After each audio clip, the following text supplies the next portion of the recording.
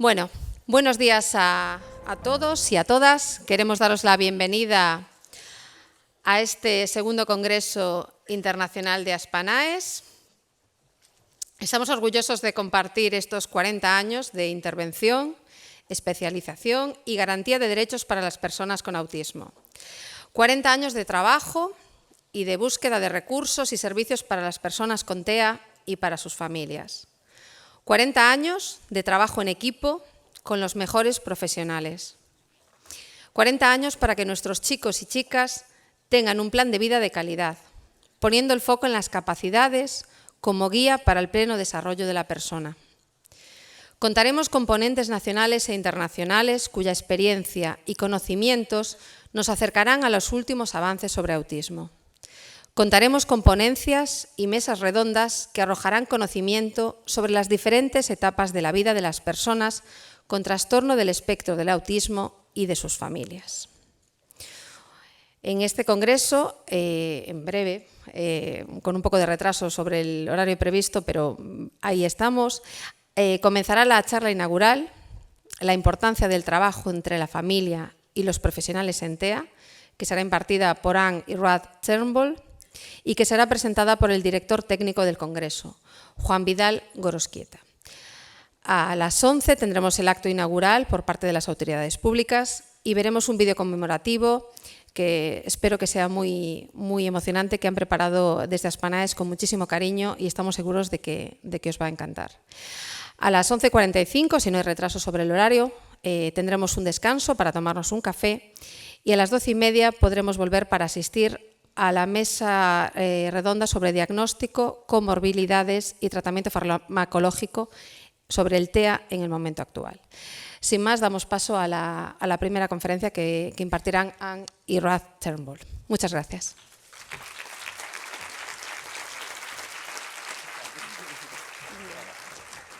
Hola. Bueno, voy a ser muy breve porque ya empezamos un poquito justos de tiempo y lo importante aquí es escuchar lo que nos van a decir Rud y Ann. Entonces, a lo mejor les voy a hacer una presentación un poco corta para lo que se merecerían. Tiene un currículum tan amplio que incluso resumiéndolo llevaría mucho decirlo. Ambos son profesores eméritos en el Departamento de Educación Especial de la Universidad de Kansas. Ann se ha dedicado a trabajar en investigación en el soporte a familias, a la inclusión comunitaria y en la escuela de personas con diversidad funcional.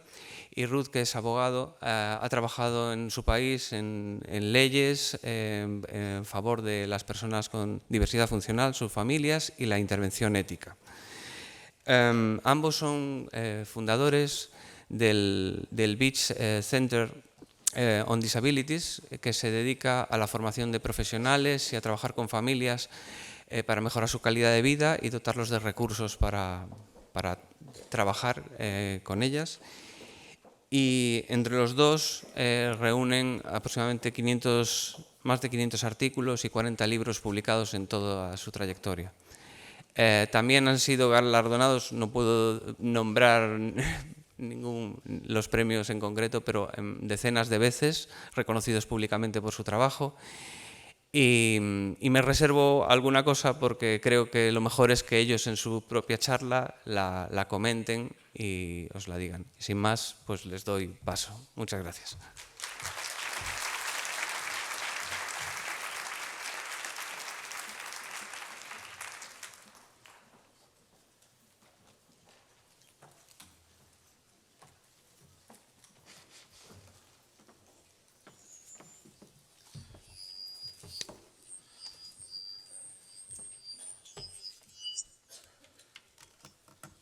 Buenos dias. That is all the Spanish I know. I'm so sorry that I do not speak your language. I think, however, that we all speak the same language when it comes to supporting people who have disabilities, functional limitations, and who have autism in particular. I want to begin by thanking Sarah so very, very much, and Juan, you also. Thank you both for helping.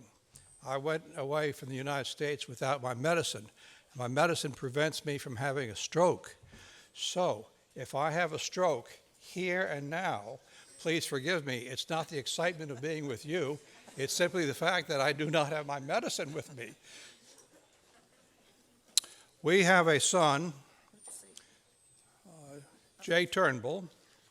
This is not, Sorry, it's not advancing. it's not advancing? Juan, can you help me a minute, or Sarah? This isn't advancing. Let's go back.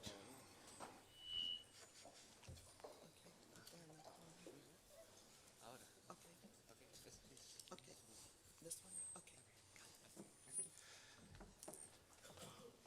Can we go back here? Yes. This is a photograph of our son, Jay. He has autism, intellectual disability, and an emotional problem. Principally, he has autism. You see him here at his 40th birthday party, 200 people in the audience. He's playing a guitar. Of course, he's playing a guitar. It's your national instrument. And he died 10 years ago, quite suddenly. I'm going to tell you some about our son Jay, because the way we were able to create a life for him perhaps may be helpful to you in Spain. Let me begin by talking about the United Nations Convention on the Rights of Persons with Disabilities. There are three major statements at the very beginning of that convention, which of course Spain has signed, and to our shame, the United States has not ratified. Those three principles are that persons with disabilities have a right and they have a claim to dignity. When you hear about Jay, you will learn a little bit about the dignity, not much about his rights. The convention was adopted in 2006. It declares not only about a person's inherent dignity and their right to make choices, but about their full and effective participation in society. And I will talk with you a little bit about participation in society and opportunities, equal opportunity. We're going to talk with you also about how Jay had opportunities. So at the beginning, you will hear about our family. How many of you are members of a family of a person with a disability, with autism? May I see your hands? Family members. I feel very much at home. How many of you are professionals in the field of disabilities, autism? So some of you who are families are also professionals. I think when you hear Ann and me speak, you will learn how professionals and families can do things together to create full opportunity and inclusion for persons with disabilities. Next. Do you have the next? Jay died when he was 40 years old. His early years, early childhood and childhood, were not too difficult. It's only when he became an adolescent that the years became very, very difficult, and they were very difficult during his early childhood. They became less difficult during his early childhood because of what we had learned and what we chose to do for Jay and what he chose to do for himself. So this presentation will largely be about Jay from the ages of 18 until 40. How many of you have members of your family who are ages 18 through 40 or work with people ages 18 through 40? Okay. So we hope to respond to you. Next one. This is a diagram of how we can create partnerships. We'll talk about that later. This, however, let's go back. Go back. I'm not sure why I'm not doing this. Back. Maybe Sarah? One more. Is Sarah here? One more. One. Por favor. Yeah, why don't you do it? And This is a picture. No, next. Go forward.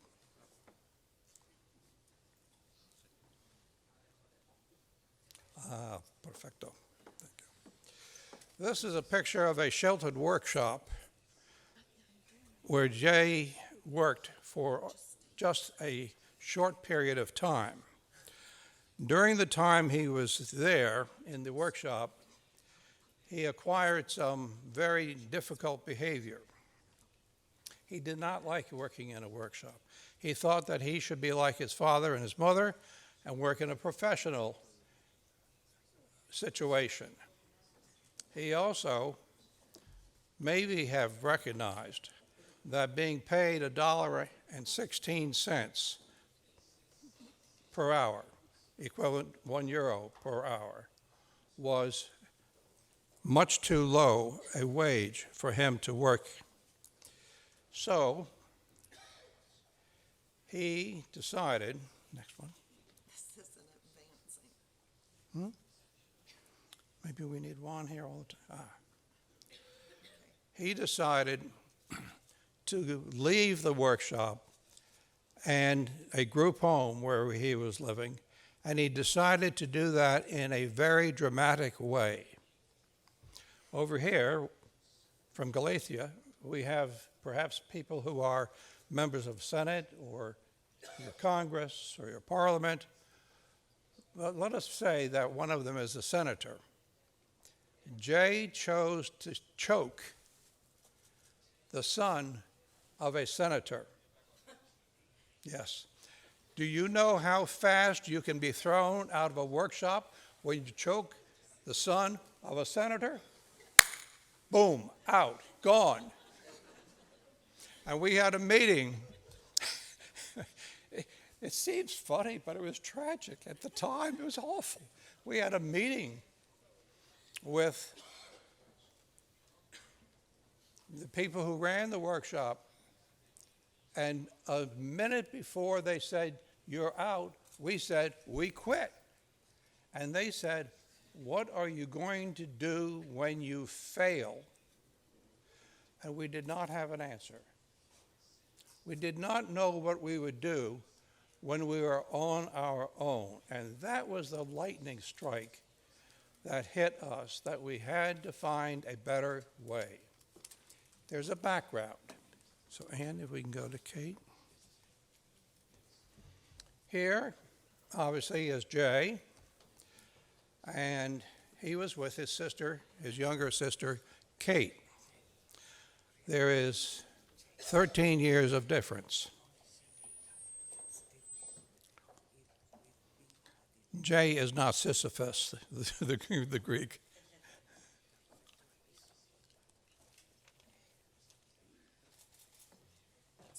Let's see if we can go back to Kate.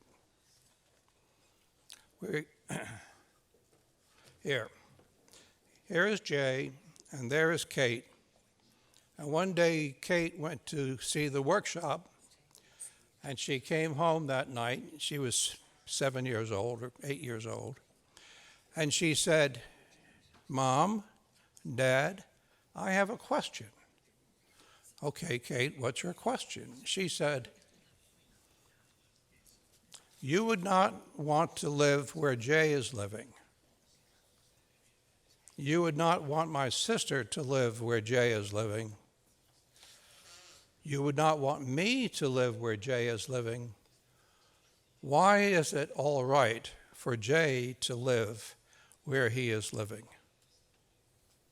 Do you see how unequal things were in our family and in the service system? Jay was living in a place where he was not treated with dignity and where he acted out in order to get out. And Kate, 8 years old, asked us a question about equal opportunity, and I'm a lawyer and I should have known the question before she asked it. So we left the workshop. Now, how many of you know people who have significant autism? Very significant autism. You have some. It's okay to raise your hand. Pop, pop, pop, pop. Yes. What might we have done in that situation where Jay has left? We understand there's no equal opportunity, there's no inclusion. What we were doing was against our Constitution and against the United Nations Constitution. We were very much like the Greek god Sisyphus. Here is Sisyphus condemned to hell for his sins, and he has the job of rolling a rock up to the top of the hill, and of course the rock rolls down again, and he does it the next day and down, the next day and down. We did not know what we were doing, but we knew that we were like Sisyphus. We had to work extraordinarily hard in some very, very difficult situations. Eventually, we found friends.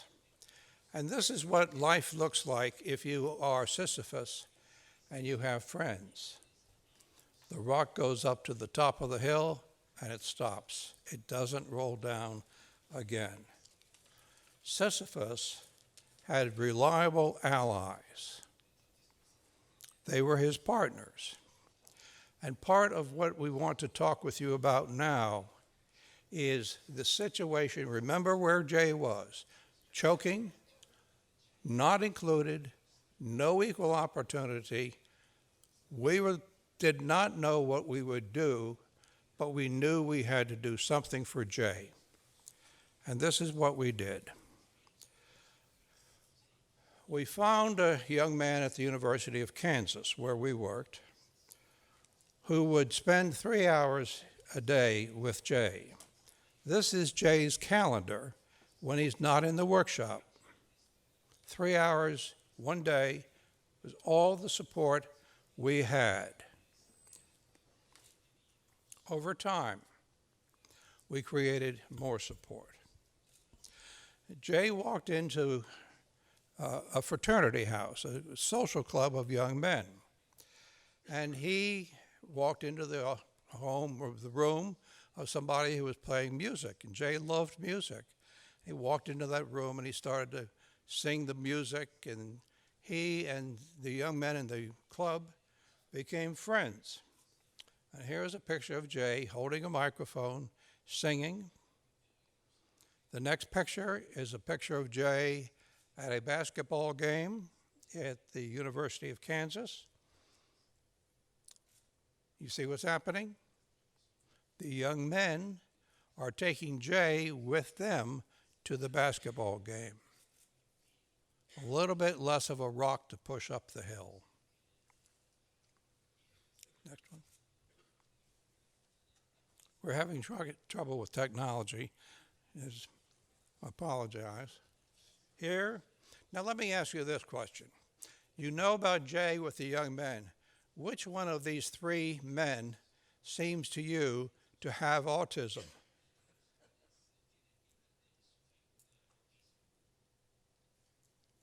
Man with the glasses, the man with the headband, or the man with the sweatshirt? Which of them has autism? Number one? Number three? Number two? He was with people his age, doing at his age what they do at their age, going to parties, having fun, behaving the way they behaved. It's amazing what you can do when you're in a men's club of college boys, and you can, it's every behavior is appropriate behavior. Every behavior he was with was appropriate for Jay. He was beginning to have full inclusion. Let's go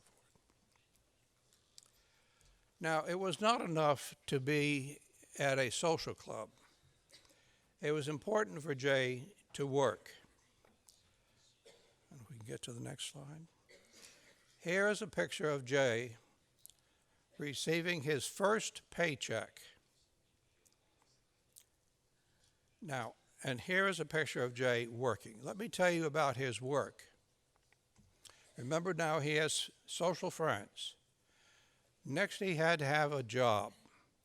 He worked at the University of Kansas. How many of you have received a job because you have a friend at the job where you work? How many of you have relied on friends to get a job?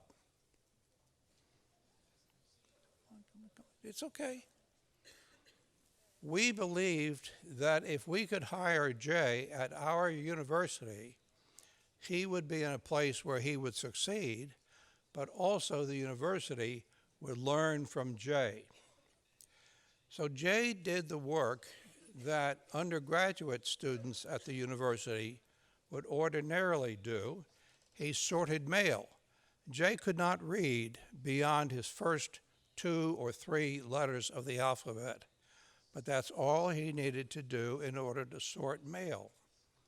Rather than getting $1.16 per hour, he received about $8 an hour, a significant increase in money. He also, so he had social friends, he had a job, he lived in his own home. It was difficult to live with Jay. He would tell you that it was more difficult for him to live with us than it was for us to live with Jay. So we decided that he needed a home of his own. And his first roommates were the young men in the social club who invited him to live with them. Inclusion with the social club led to living on his own. And here is a picture of Jay coming out of his home. Now, he did not live by himself. He had 24-hour support 7 days a week. Choking, social club, job, home of your own. Next. Jay loved music. You know that. I told you that. Here he is working with a music therapist. This man happens to be from Canada. He was in the United States studying. And Jay learned how to play the guitar. 2 chords, color-coded. I don't know what the chords were. Let's say they were A and C. But if you know 2 chords, you can play a guitar, which means that you can sing the songs that you like to sing. It's not Jay's intellectual quotient, the IQ, that was important. What was important was the JQ, the joy quotient. That's important. It's not the IQ, but the JQ that made Jay's life so lovely. The joy quotient. The joy quotient spreads so that we were able to invite people into Jay's life from the club, from the music community, and we often would have parties. Now, to look at Anne, you can see how glorious and glamorous she is. She is very social. I am a bit more formal. But we loved to give parties. And here is a party at Jay's home. He's playing the guitar, and people are singing. Look what's happening. Choking, friendship, jobs, joy quotient, social life. Things are starting to open up. Inclusion is happening. Equal opportunity is happening. Girlfriends. Well, I can tell you girlfriends are very important for a young man, and for this young woman, having a boyfriend was also very important. Now, they did not have an intimate relationship. They had a friendship. And they would go together once a week, same night of the week, I think it was Thursdays. They would have a date. And here is a picture of Jay. You can see how happy he is, and of Dana, his girlfriend, and you can see how happy she is. And finally, here is a picture of Jay dancing. He seems very happy, and the young lady he was with was also very happy. She was a student at the university. So let me go back and review with you what has happened, and Anne will then tell you how it happened. Jay born 1967, autism. Goes to school, segregated education. Leaves school, goes to the workshop, segregated life. Lives in the group home, segregated residential living. Chokes, he's out. We were like Sisyphus, we did not know what we could do, but we knew enough to ask for help. It's so important in Jay's life that we sought help. He started 3 hours a day, 1 day a week. This is a picture of his life when he died. He had time for sleeping, in purple, personal care. He worked. You see the green? He was working. He would take time for lunch. He would go to lunch with our friends at our research center. He had time to participate in the community, integrated community life. He had music therapy in blue. He had therapeutic massage. He went to yoga, getting physical exercise, getting wellness, and he attended church with us. When we said the Lord's Prayer in church, people did not near us, did not speak it. They wanted to hear Jay say the Lord's Prayer. He was fully accepted in our church. We were like Sisyphus. We did not know what to do. We knew that if we were going to do anything at all for Jay, it would depend not on us alone, but on other people. Not on us alone, but on other people. That is one story about us and Jay. And it is an important story because what we ended up doing after these many years, when Jay died, he was fully included. He had equal opportunity. He was living the life that all of us live, that we want for other people who have autism. And we'll tell you how all of that came about.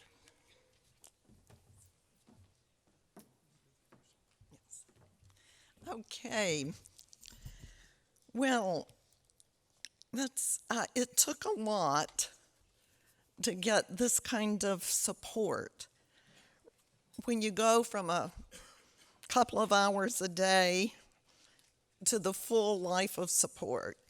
And that's what we want to share with you in terms of how we were able, through the help of a lot of people, to put that together. We call the process that we use to create this full and abundant life with Jay and for Jay, we call it group action planning. Let me ask a question. How many of you have heard of person-centered planning? Is that something done here? Person-centered planning. A lot of the hands go up. Okay. What has often happened in the United States is that person-centered planning is done on an annual basis, and it involves a lot of planning and very little action. Is that, I'm hearing some nods and seeing some nods. So what happens is people get together on an annual basis and they talk about all of the things that might happen in a person's life that would bring them joy. As Rud said, the joy quotient. Okay. Rud is telling me I might fall down here with my foot off. So that's a good example of help that we all need. I'll move over some here. So people get together, they come up with these great ideas. Often they write it on chart paper on the wall and have pictures. And then they don't get together until about a year later. And they talk about the same thing. But not many of the good ideas got put into place. So if that sounds familiar, that we can talk the talk, but it's harder to walk the walk, then we decided through group action planning that action is a great big word in there. So we started modifying person-centered planning to be more action-oriented. And the process that we came up with that I'm going to walk you through involves these 5 major steps in terms of pulling this off for Jay to go from that one block on Tuesday afternoon to his whole life. The first thing in group action planning is to invite support. What happens too often in the U.S. is that the support team for a person with autism at every stage of the lifespan, not just at adolescence transition to adulthood that we're talking about now, it consists of the family and 1 or 2 professionals. And the family and 1 or 2 professionals seek to develop this full life. Well, what we knew is, and what we want you to know, is that if people here with autism get a full life of enjoyment, then it takes a whole lot more people than just the family and just the professional. And one of the greatest roles that professionals can do is to support the family in facilitating this process, and it involves inviting people in. Okay, Rud has told you that Jay loves music. So one of the most important people to involve in his group action planning was musicians. You know, I can't carry a tune. I am no help when it comes to music. The professionals working with him couldn't teach him to play 2 chords on the guitar, but musicians could. And so one of the people we invited for Jay was someone from the university who was on the faculty in music therapy. And we went to her and told her our situation of Jay being out of the adult service system, that he loved music, and did she have students who needed to do internships? And could Jay have access to those students? Well, you saw one of those students who was the one who taught Jay the chords on the guitar. Jay had a student every semester from the time he was 22 years old until he died at age 40. The night before he died, he and Dana were doing music with one of his favorite music therapy students. We didn't pay for any of that.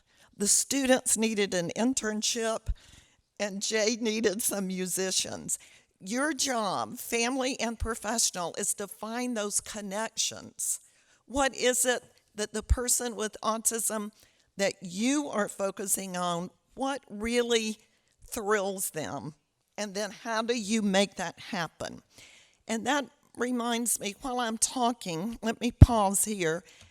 I would like for all of you to think of one person with autism who you know who really wants and needs a full life. Will you all kind of keep a person in mind? Have you got that person? Now, with that person, think who would need to be invited in order to open the doors of preferred activities. That's the person who you need to be thinking about inviting.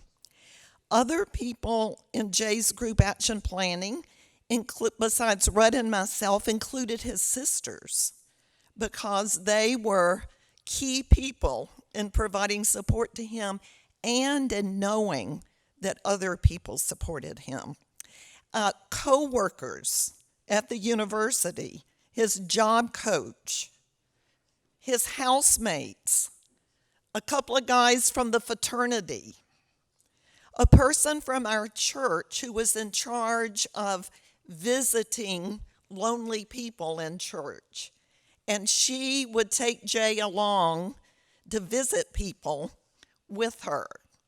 So you think about all of the folks who can make life happen and then bring them together. And what you will see here on the PowerPoint, and we can make sure we know if people have the handout that goes with this in their packets. I'm not sure. We can make sure that this PowerPoint is put up on the website so that you can have access to this information. But these are the steps of inviting support. You have to have someone who facilitates, who supports the family in issuing invitations. And those of you who are professionals, this is a wonderful role that you can take. You think of people who can be helpful. You are guided by Jay's preferences or the preferences of the person you're thinking about. A lot of people don't like music at all. So why involve the students from the university? They like sports or they like some other activity. So you invite those people who share an interest. And one thing we learned from doing this process with a student with autism who was in the middle school, he was in 7th or 8th grade when this was happening, and he wanted to be more included in the school curriculum. And so we invited several students who were his classmates at school to join the group. Because when somebody is in middle school, the people who know best about fostering inclusion at school are his peers, because those were the people we wanted to get to. And so instead of us trying to think, well, what do other people in his class like to do, we had people from his class. And one of those students, and this taught me a lesson, I called one of those students to ask this young man if he would be on the group action planning team of Ryan, the middle school student. And I didn't know him, and he didn't know me. The teacher had suggested that he would be a good person, but he and Ryan were not yet friends. And so I called him, and I asked him if he would do this. And he said yes. And he stayed on the team until Ryan graduated when he was 20 years old.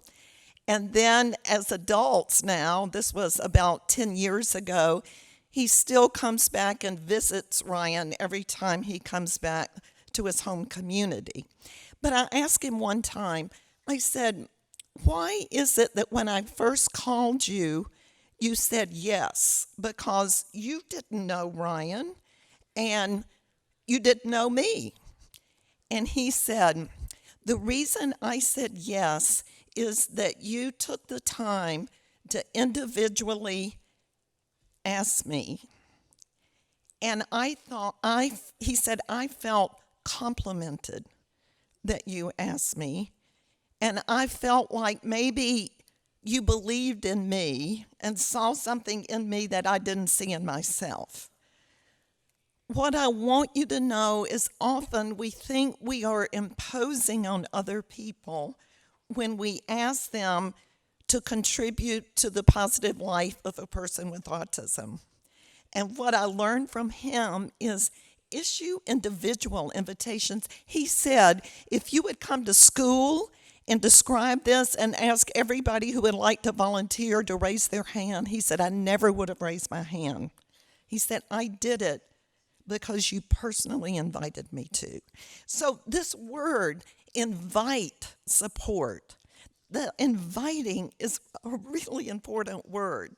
When we reach out to the people where there is a purpose for them specifically being on the group action planning team, and we invite them to provide support for the person with autism that you're thinking about. Well, after inviting support, this is the scene. Group action planning typically involves meeting once a month in someone's home with food and drinks and refreshments and with laughter and warmth. That is the opposite of a lot of individualized planning meetings, isn't it? It's not at work. It's not about papers signed and papers filled out. It's a creative, problem-solving process. And Ryan's teacher said when he would come to these meetings, he said, I can't decide if I'm coming to a meeting or a party. And we said, good. Because people burn out on meetings, but not many of us burn out on parties. And so the more we can enliven and make it enjoyable, celebrating people's birthdays, sharing good news with each other, the more people will look forward to coming. So in group action planning, we purposefully, and this, for those of you who are professionals, you can play this role of personally seeking to have people connect with each other and find enjoyment from their connection. Family members can do that too. I was the facilitator for Jay's meeting. We'll show you some videos in a minute, and you will see that.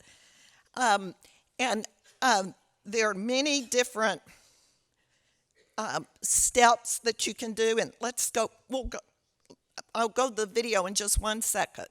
Okay, so let's hold that for a second. Well, Jay has a really good heart, and he means well to all the people. Okay, I think she really let's knows go how with to it. enjoy life. And I learned how to enjoy life just by being around him, slowing down, knows what he likes, and he won't be pushed. Well, working with him today, I found out he's a hard worker. This is the new job Just coach. run along everything I asked, and he just took it and did it. So it's great. He always sings songs with me. Whenever I want to sing a song, he always sings. Good. Brett? One of Jay's sisters. He's my best buddy. That's He's funny. my best man. Great. Best man. You're my best man, JT. His dad. You're He's very empathetic with other people's feelings, particularly their sadness or their situation, that he really likes to comfort and nurture others. He's very simple. He appreciates things that are very Jay's simple. other sister. Another sister. And I'll add to that, he's quiet. You don't feel, with Jay, you don't feel obligated to entertain. It's just, let's be together. Okay. There's a formal course that's taught in a lot of colleges and universities, and it's called Music Appreciation. And Jay would be a great person to teach such a course because he is the greatest appreciator of music. Faculty member. I'd say lots of friends. Lots of friends. He knows what he wants, and he's not afraid to tell you. Jay. He's very caring and very cheerful. He always greets me every day, comes down the hall and says hello, and I appreciate that. Yeah. I like to talk to Jay. Jay's very rhythmic. He has more rhythm than so many people that I know, and he's very, very musical. Music's very important to him. Jay, how about yourself? One positive comment about yourself? Yeah. Something happy about yourself? Smile. You smile? You smile a lot. Yeah, that's good. Okay. The purpose of that at this meeting was that Jay had a new job coach, brand new that day. And a job coach is a person who supports a person with autism and other disabilities to do a regular job so that they can be part of the regular workforce.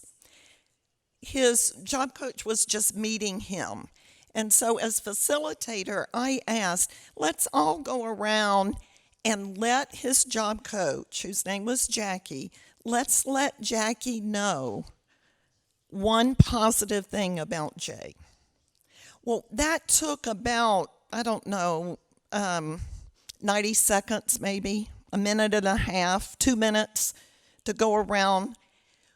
Think of what it meant to Jay to hear all of those positive things about him. Think what it meant to his sisters to hear all of those positive things, and to his parents, and to everyone there. There was this sense of strengths. And honestly, folks, Rud and I sometimes went years before we heard that many positive statements about Jay. Remember, this is the person who hit and choked the senator's son. Same person, but being regarded in a very different way. He knew he was respected by these folks, and that made all of the difference in his behavior. The person who sat right next to him, Della, was one of the music therapy students and became a friend for a lifetime. The more you create connections, bonds of friendship, the more lasting the support is going to be. So, this turned a crisis into an opportunity. Some days when Jay had, the times when there was inappropriateness, he went through a phase at his job of really feeling, I think he probably felt really attracted to one of the female co-workers. But in the confusion of those feelings, he would grab the glasses off of her face and break them, which was so unfortunate for him and for her. But instead of hiding that or keeping that under wraps at our meetings, we could really focus on what do we do about the glass breaking, and we could explain to Jay how that made her feel and everybody feel, and we could focus on other ways to get her attention in a more positive way. Okay, so we have inviting support, and we have creating connections, and next we go to the next slide, and that is solving problems. And in solving problems, the key, every month we would focus on some particular,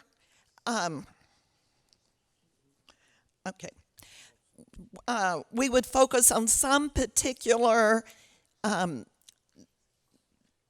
sorry, see, without my slide, I got mixed up. The next component after inviting support and creating connections is sharing great expectations. And I can think about the person with autism in your mind. What so often happened with Jay is that the more Rud and I would express our great expectations for him, like having a regular job, the more we would hear, that's not realistic. Have you heard that a lot? That's not realistic. But what we learned is that the more everybody in the group expressed great expectations for the future, the more it was possible.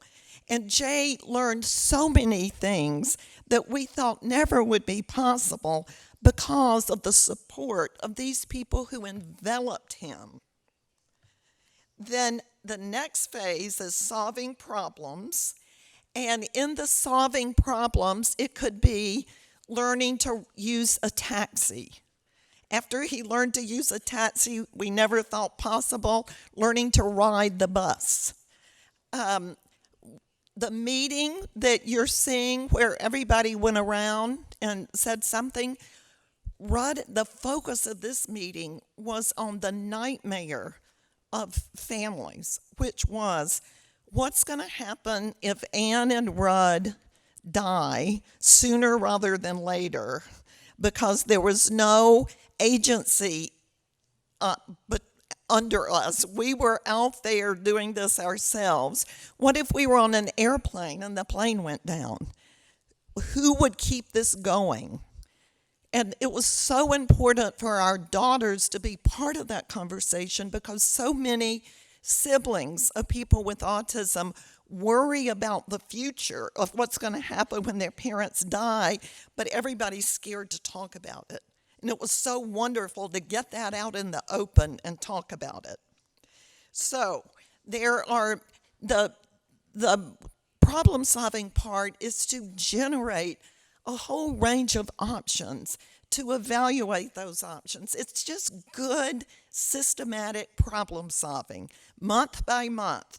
And what we would do at each meeting is I would take very brief notes, and each person would agree to do one task that related to Jay learning to ride a taxi, for example. Or Ann and what would we do if Ann and Rud went down? And then I would send the notes after a meeting to each person with each person's name and the one thing they agreed to do. And then we would start the next meeting by reviewing that list. And it worked beautifully because for most of us, in a month, we can take on one task. But if there were 5 tasks that the professional needed to do or the family needed to do, that's when there's a breakdown. So spreading the responsibility inch by inch. So these are very important points for the problem solving. And then at each meeting, we tried to do something to celebrate success. Sometimes it was more minor, sometimes it was bigger. But I want you to see at this meeting where we talked about what would happen if we died, and it had been such an emotional meeting. We wanted to do something a little special to let everybody know how much this meant. So you're going to see just a couple of minutes of the celebration at the end of this meeting.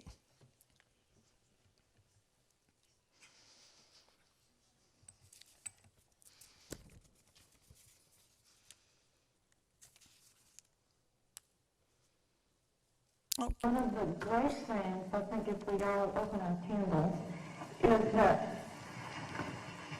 every candle that people have is a different color. If you kind of look around the room, they're all the same size, but they're all a different color. And every candle is a different fragrance. And what's your name, our candles? if Rud and I were the only support for Jay, that it's just this much light that could generate for his life. And as hard as we worked, or as much as we tried to do, it would still be just the one family light. We kind of go to his sisters, and they add to his life, and each of you here add. You look at all the light, and as Rud said earlier, I think one thing that we learned when they said to us, what are you going to do when you fail, is that it was going to be better for us to light a candle than to curse the darkness. But it's really all of the light from all of our candles that make this possible. And Rud was saying earlier, and we want to underscore it so much, that the lights that shine here for Jay shine for each of you. And that as we look around the room, I really hope that we all have a sense that one of the greatest things that people with disabilities need is to have people to belong to, but it's one of the greatest things that we all have. And through coming together for Jay, we come together for each other. Well, can I say something on your behalf today? I mean, you have honored me with great compliments and with great help, and I always have the sense that I feel that when you talk, is that you owe it to me, and that I'm giving you a great favor. And I have never expressed back, and I think that is, I'm sure that if we ask here around the room, they probably would share the same feelings. And what I want to say is that I would like to thank you for giving us the opportunity to interact with Jay, not because he's so great and he's so amicable and likable and such a good friend, but because what I think that you're doing, it is really unique. And you are pushing the frontiers of mental retardation into being not so much an exclusive disability, but more like an inclusive disability that everybody has to share. I would like to thank you for giving me the opportunity to be part of this enterprise.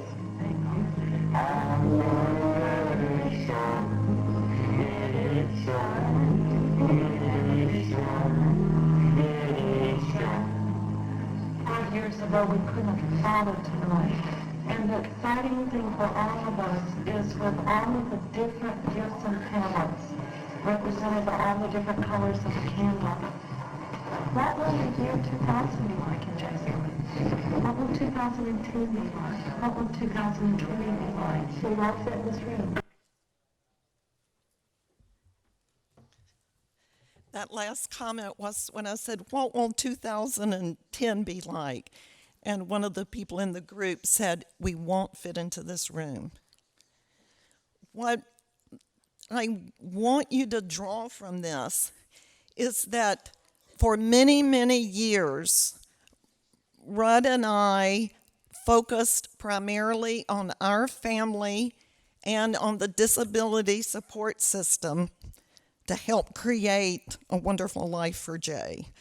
And what we learned when we no longer had adult support from an agency is that we needed to expand our base and invite people in and create connections and have great expectations and solve problems.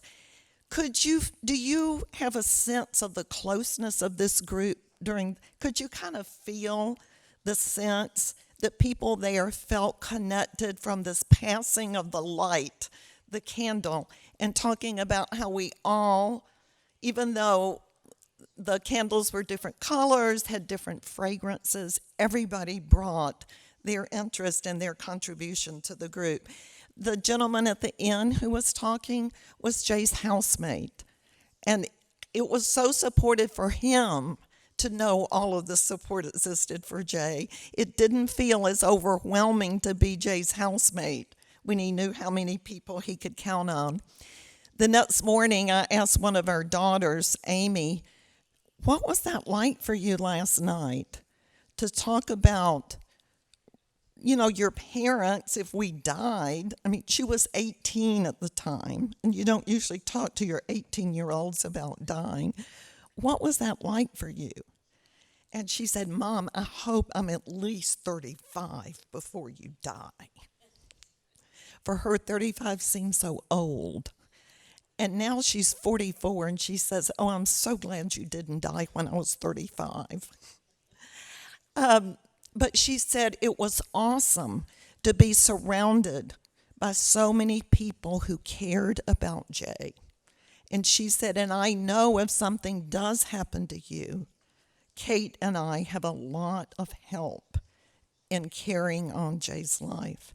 And she said, that's a relief because I worry about that. So this process of group action planning, I've explained how this worked in supporting Jay to get an adult life. I gave just a few examples of how it worked for Ryan at middle school. There are people who we've worked with who have parents who have started this during early intervention when their child is between birth and 2 years old, and they've carried it all the way through until adulthood. That is so supportive for the person with the disability, for the family, and for the professionals. Everybody knows it's more manageable when we can all do this together. Also, when my father, who was 82 years old, needed to move from his home to our community because he needed more support, we did group action planning with him.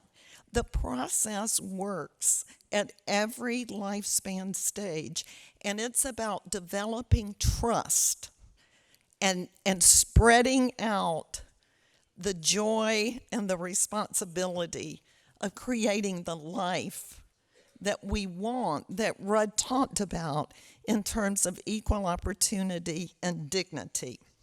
Now, there's just one more slide, and this is a slide of a celebration of Jay's life that happened on the evening of his memorial service.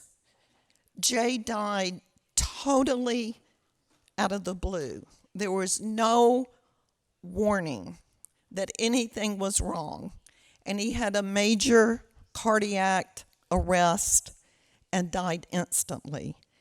It was a shock of all shocks to us. And so we were so happy after, looking back on this, that the last evening of his life, he was doing his favorite thing with his favorite person, singing with his girlfriend. And the last song that he sang was a song in the U.S. where the words are "Swing Low, Sweet Chariot," and it's about angels coming to get people. And indeed, angels came for Jay about 12 hours later.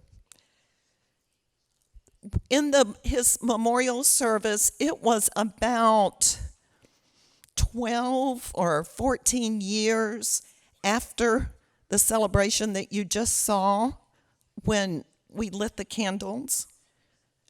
Many of those same people were still involved in Jay's life. Some of them had moved and they came back for the memorial service. I'm blanking on, it doesn't really matter. The music therapist.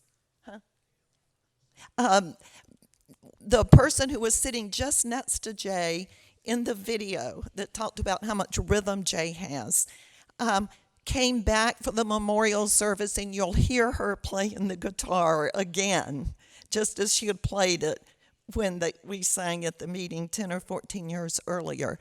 This song that you're going to hear is a song in the U.S. that is, "This little light of mine, I'm going to let it shine."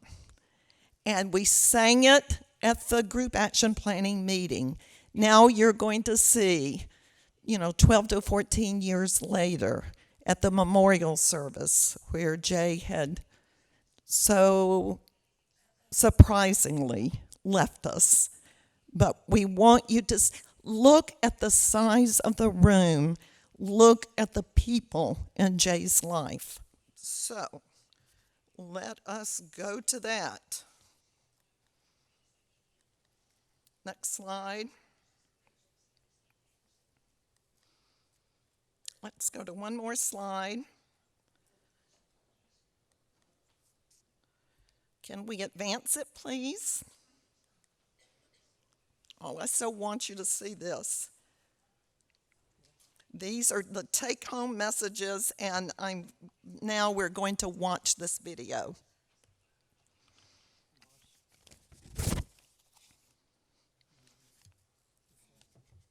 Jay's death was posted Wednesday night. Wait, but can we stop that a minute? Paused after I read the link. Can we stop? I'm sorry. I'd forgotten.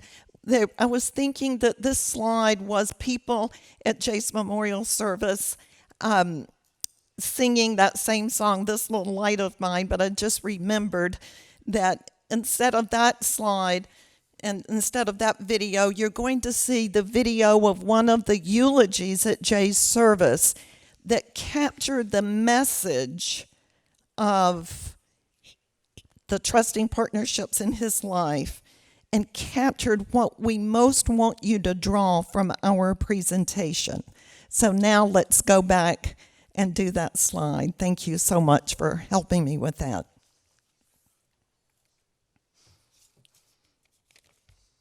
Jay's death was posted Wednesday night. I paused after I read the link from the KU homepage to that news release. That link read this. It said, University mourns longtime employee Jay Turnbull. Think about that for a moment. That headline could just as easily have read, University mourns son of distinguished professors, or University mourns special worker. Instead, the headline points out a simple fact, that Jay was a person in and of himself, independent of who his parents were, or whether he had a disability or did not have a disability. He was a person who worked for 20 years and who contributed greatly to the mission of the Beach Center, the Lifespan Institute, the School of Education, and the University of Kansas. And in reflecting on that headline and thinking about Jay and his impact on my life and the lives of others, I realized that the most important lesson Jay taught me was not really about the possible lives that people with severe disabilities can lead, that people with severe disabilities could live in their own homes or perform meaningful work or lead full social life. These are important lessons. I don't want to undermine those. But those lessons are really about the business of education or the business of rehabilitation or the myriad of professions that provide the supports that sustain Jay and people like Jay. Know what Jay taught me and what I believe he taught so many people around the world who join us today to mourn his passing and to celebrate his life, was that we are not in the education business or the rehabilitation business or any other business. We are each of us in the dignity business. By the quality of his character and the example of his life, Jay reminds us of the dignity of living full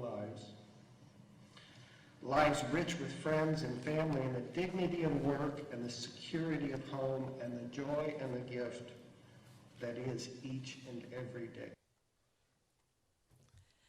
Being in the dignity business, think about that. If we can come together, families, professionals, friends, and create the life based on someone's preferences and strengths, the dignity business is so much more likely to happen. Let's back up a couple of slides, please. I'm going to go back to, keep going, please. Back, I believe 2 more. Is that possible? Okay, this is what I want you to really think about. That the best way to achieve, we like to use the word enviable lives, because, and by that we mean a life like Jay's sister Kate would want to live for herself. She said to us, you wouldn't want to live in that group home. I wouldn't want to live in that group home. Why is it okay for Jay to live there? And we thought, if we can create a life that Kate would envy, not in a mean envy, but in a positive envy, then that is what we're going for. And if we can make little gains every month in our group action planning, we can't do it alone. We need a village of reliable allies to carry out their part on a weekly basis, coming back together on a monthly basis, engage every week, and all of these little acts will accumulate. So that what we want you to know is when you look at that full slide of Jay's life, that was not done overnight. That took several years to put all of that support in place. And as soon as the support was going to be in place, then the job coach would be graduating from the university and moving on, or the housemate would be moving on. We were constantly needing to replenish. But what is important for you to know is you can move mountains. You can create truly wonderful lives that so many people think are unrealistic. You can make them realistic by everyone contributing task by task by task. So inch by inch, life can be possible and meaningful.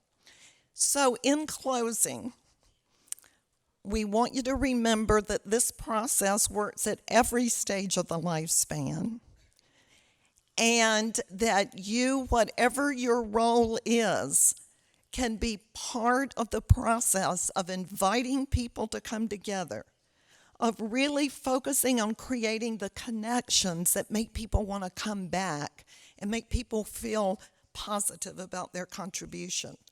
You can have these wonderful expectations of, yes, it is possible for Jay to have his own home.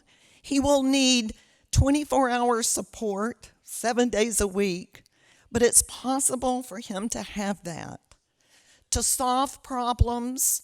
And maybe a better way to say that would be remove barriers or make positive steps every day. And then finally, to always celebrate success. And so with that, let me open up. We have about a little over 5 minutes, and Rud and I would welcome any questions or comments from you. We'll be here through lunch and throughout the day and tomorrow morning. We are totally here for you to focus on how we can be helpful. But right now, we invite your questions. You can just stand up so that everybody can hear you, or if you feel more comfortable sitting down, as long as you talk loudly. Questions? Comments? Anyone?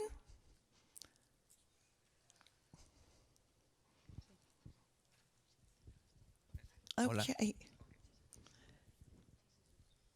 Hola. ¿Se me escucha? Sí. Hola. Any hands? No? Okay, we'll be around. And last point, I'm going to say it, And then I'm going to ask you to repeat it with me after I say it. And this is your take-home line. Be in the dignity business. Now, please repeat it. Be in the dignity business. And one more time. Yeah, and you can say it in Spanish. I wish I could. I should have learned that in Spanish. Dignity works in every language. Thank you so much. Juan, thank you. Sarah, thank you for your amazing hospitality.